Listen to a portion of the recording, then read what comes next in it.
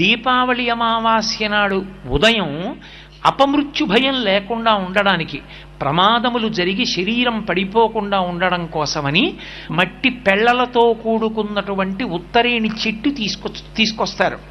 తీసుకొచ్చి ఇంట్లో పెట్టి స్నానం చేసేటప్పుడు సంకల్పం చెప్పి తలమించి నీళ్లు పోసుకుని, తైలాభ్యంగనం చేసుకుని నీళ్లు పోసుకుని, ఆ ఉత్తరేణి చెట్టు చేత్తో పట్టుకుంటారు. ఆ మట్టి మీద పడేటట్టుగా తిప్పుకోవాలి. తిప్పుకుంటూ చెప్తారు, ఒక శ్లోకాన్ని మంత్రరూపంలో చెప్తారు. మంత్రరూపంలో చెప్తే కొంతమందికి అధికారం వస్తుంది, శ్లోక రూపంలో చెప్తే అందరూ దాన్ని అనుసంధానం చేసుకోవచ్చు. అందుకని ఒక శ్లోక రూపంలో మహర్షులు మనకు అందించారు దాన్ని. శీతలోష్ఠ సమాయుక్త సకంటక దళాన్విత హరపాపమపామార్గ భ్రామ్యమాణ పునఃపునః అంటారు. పునఃపునః అంటే మళ్ళీ మళ్ళీ తిప్పుకుంటున్నాను.